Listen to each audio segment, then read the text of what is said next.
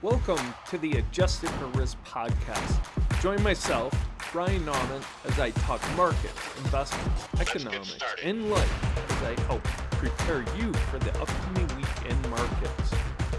I work for Zephyr, and all opinions expressed by myself and my podcast guests are solely of their own opinions and do not reflect the opinion of Zephyr or Informa, its parent company. This podcast is for informational purposes only and should not be relied on for investment decisions. Hello, everyone, and welcome to Zephyr's Adjusted for Risk podcast. This is Ryan Nauman, and we are here on site at the Exchange ETF Conference. You know, I am really excited about our next conversation. It's going to be another great one. I've got an industry expert sitting with me who's going to share his thoughts on some trends in the ETF space. But before we get started, this episode is sponsored by the award-winning Zephyr, which helps investment professionals make more informed investment decisions. I am honored and very thankful and excited to have Clark Allen on the show.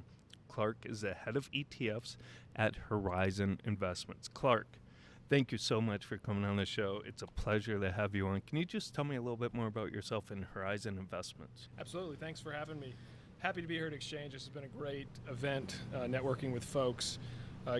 Like Ryan said, Clark Allen here, head of ETFs at Horizon. I've been at Horizon for approximately 6 years. Prior to that, I spent some time in an institutional asset management capacity at an insurance company.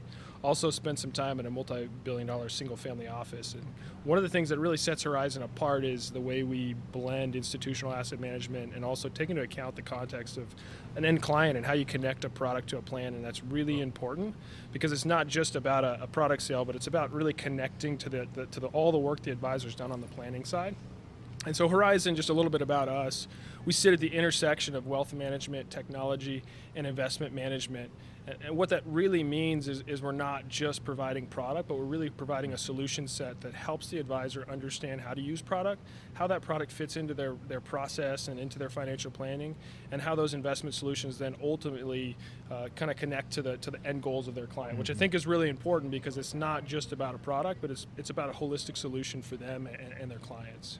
You know, Clark, that's a fantastic way to start the show off because, you know, age myself. It seems like every episode I do, I'm aging myself. But when I started 20 years ago, it was more about just performance, right?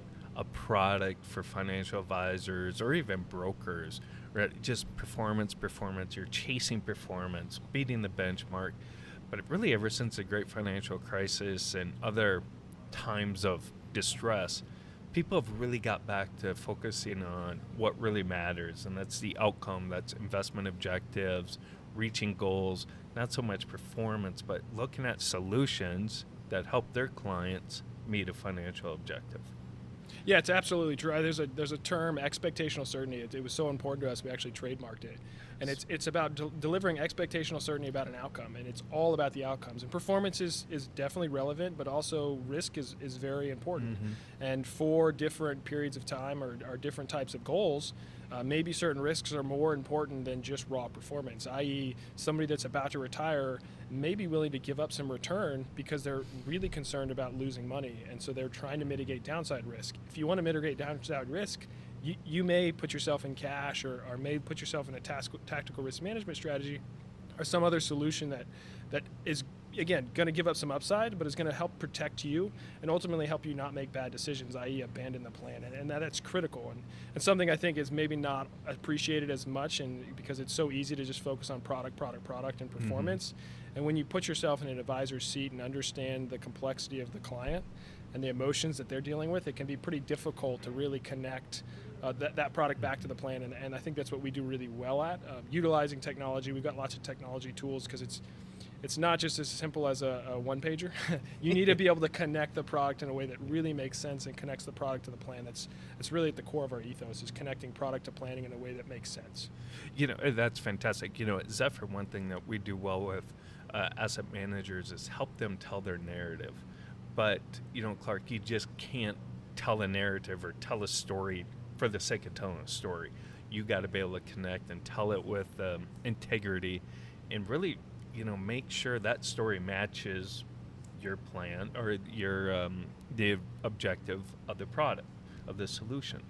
And it's so important now, especially now since it's so competitive.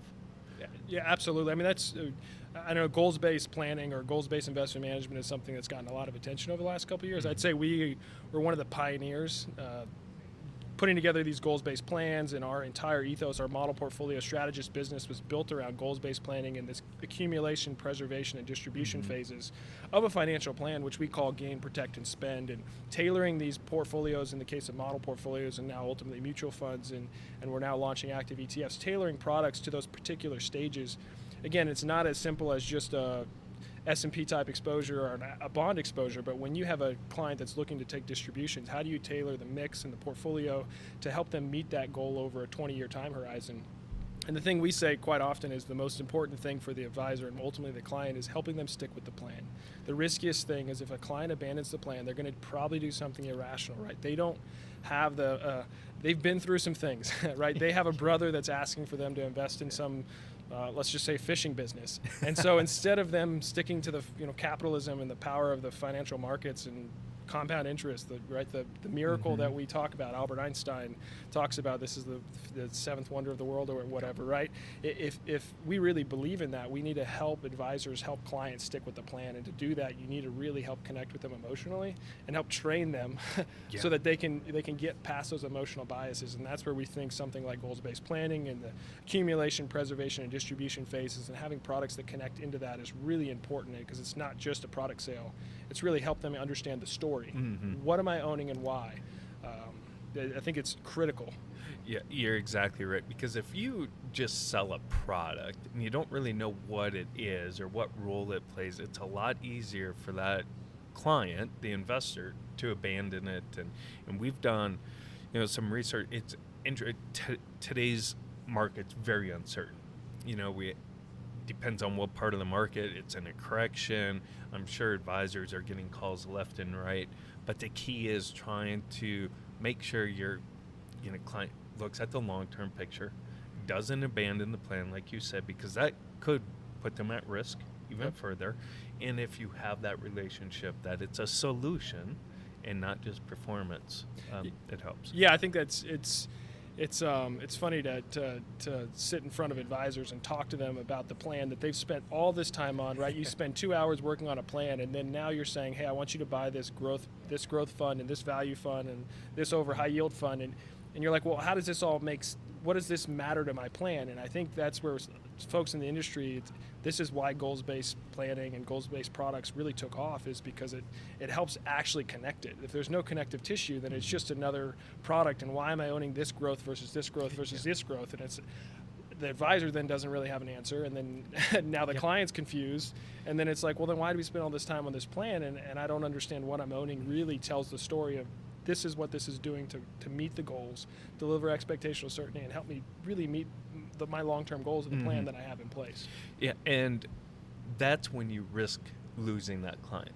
I've read a lot of studies and stuff that show very rarely will a client leave because of performance, maybe underperformance or something. It's more about planning or communication.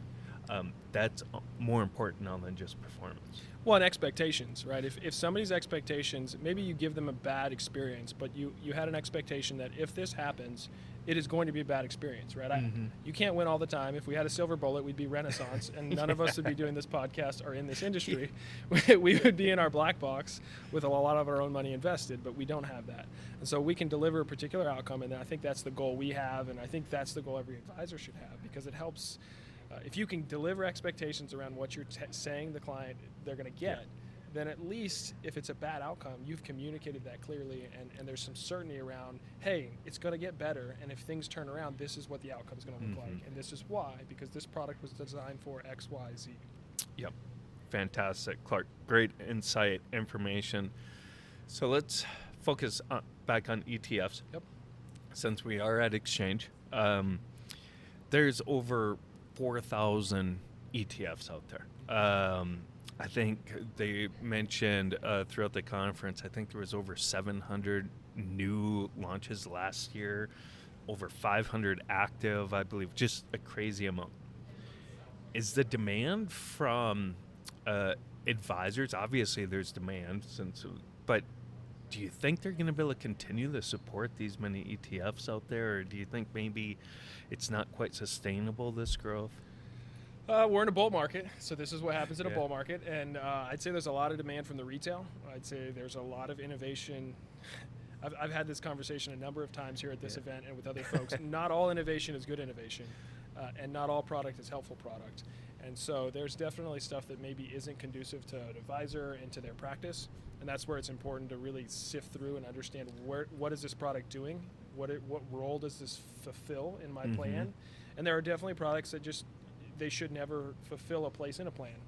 They're for a retail client, they're maybe for a trading vehicle, and those may continue to exist, and some of them may get shut down because they just have a bad track record or a bad performance path.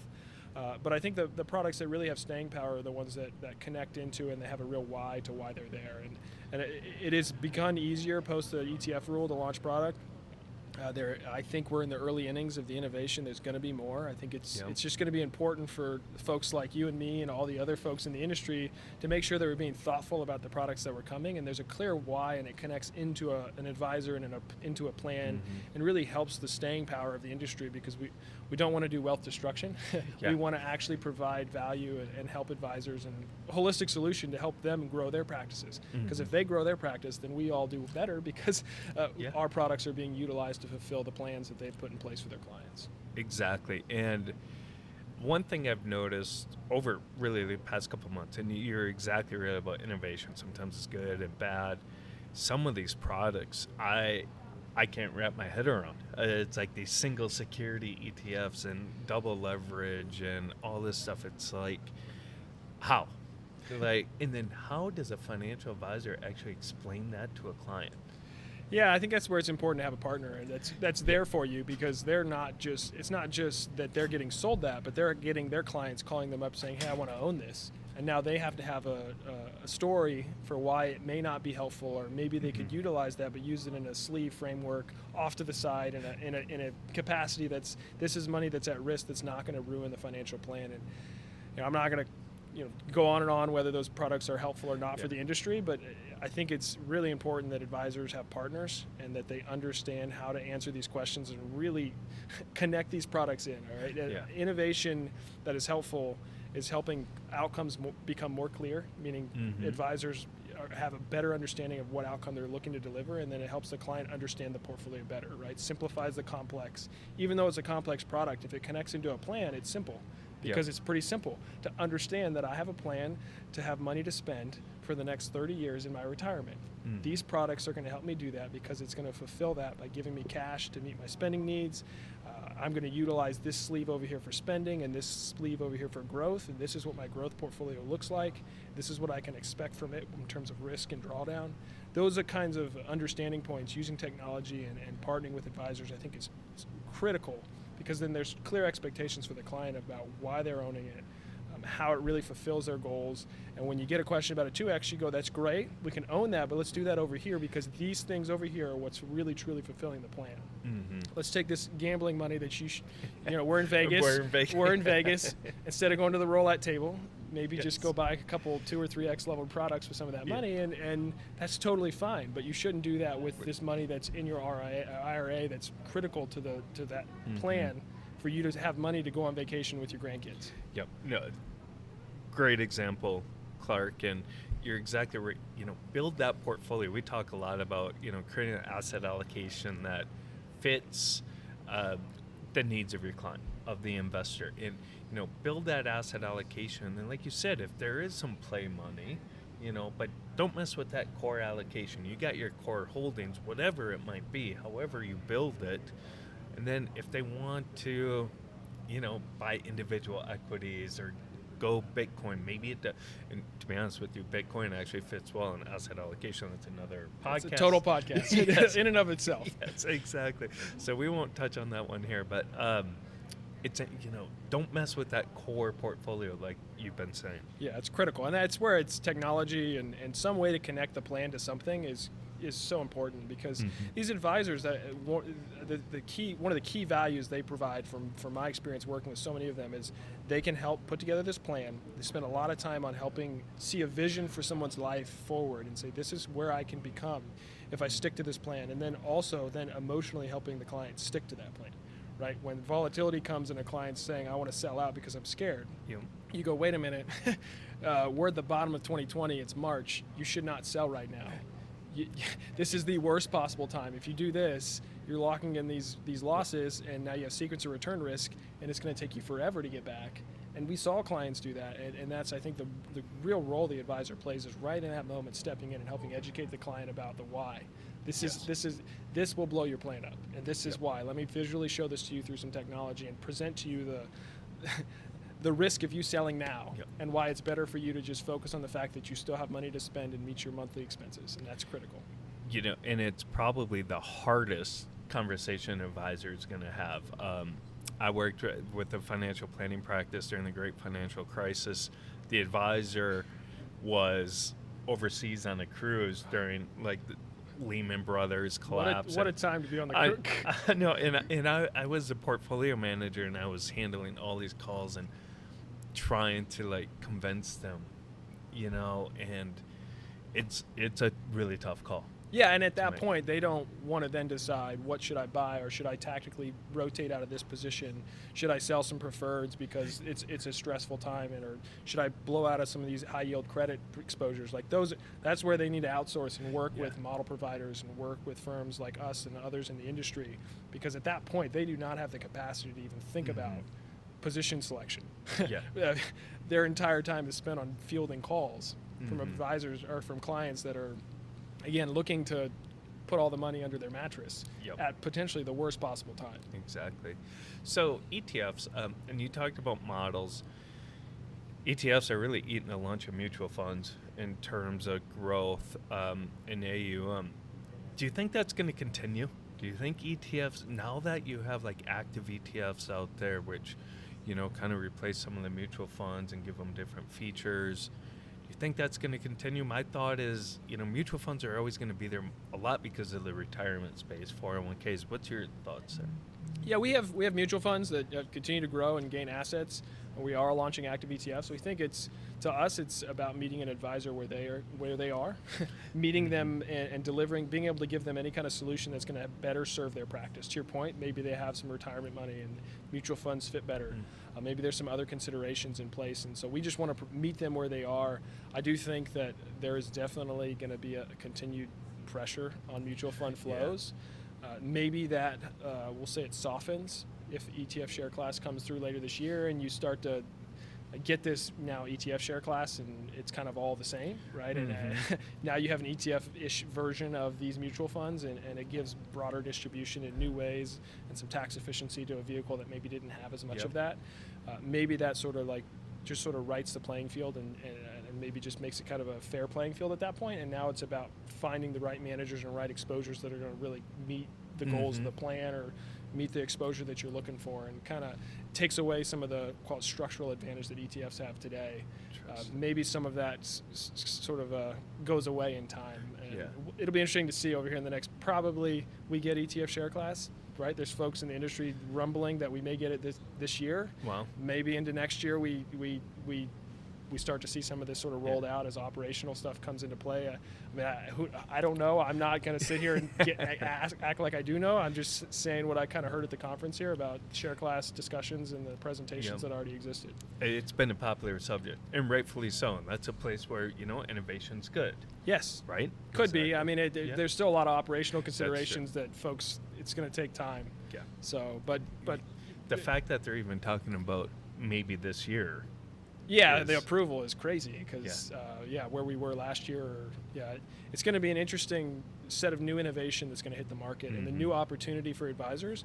Again, it's just a matter of meeting them where they are, and the more different exposures and things that they can get is good and bad because the more things that they have access to, i.e., like you said, 4,000 ETFs. It just means more noise they have to sift through, where they need partners, they need model providers, they need folks as a real solution provider to come in and help them understand, how do I sift through these 4,000 ETFs to find the things that are really helpful to me in my practice. You brought up models.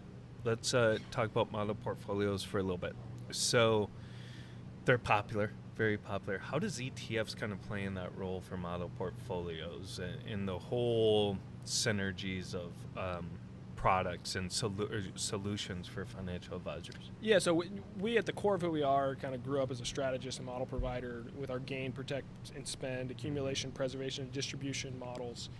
For a long time, that was utilizing third-party ETFs to fulfill those model portfolios for advisors. We then launched some mutual funds, and now we have some proprietary model portfolios that are fulfilled via these mutual funds and the underlying holdings. But the key here is it allows an advisor to outsource that asset management into a model provider and allow them to make those decisions. For us, it's not just about, hey, is performance good or bad, but it's what's the goal of the client? Are they looking for distribution? Here's a model that's tailored to distribution and the asset allocation mix and the distribution sleeve that's set up, and then the cash is set aside, the liquidity sleeve. How do you tailor this model portfolio to meet the needs of the advisor and, again, connect back to the plan? We've also seen a pretty big uptick in the interest in custom models. Obviously, RIAs have done a lot of this for a long time.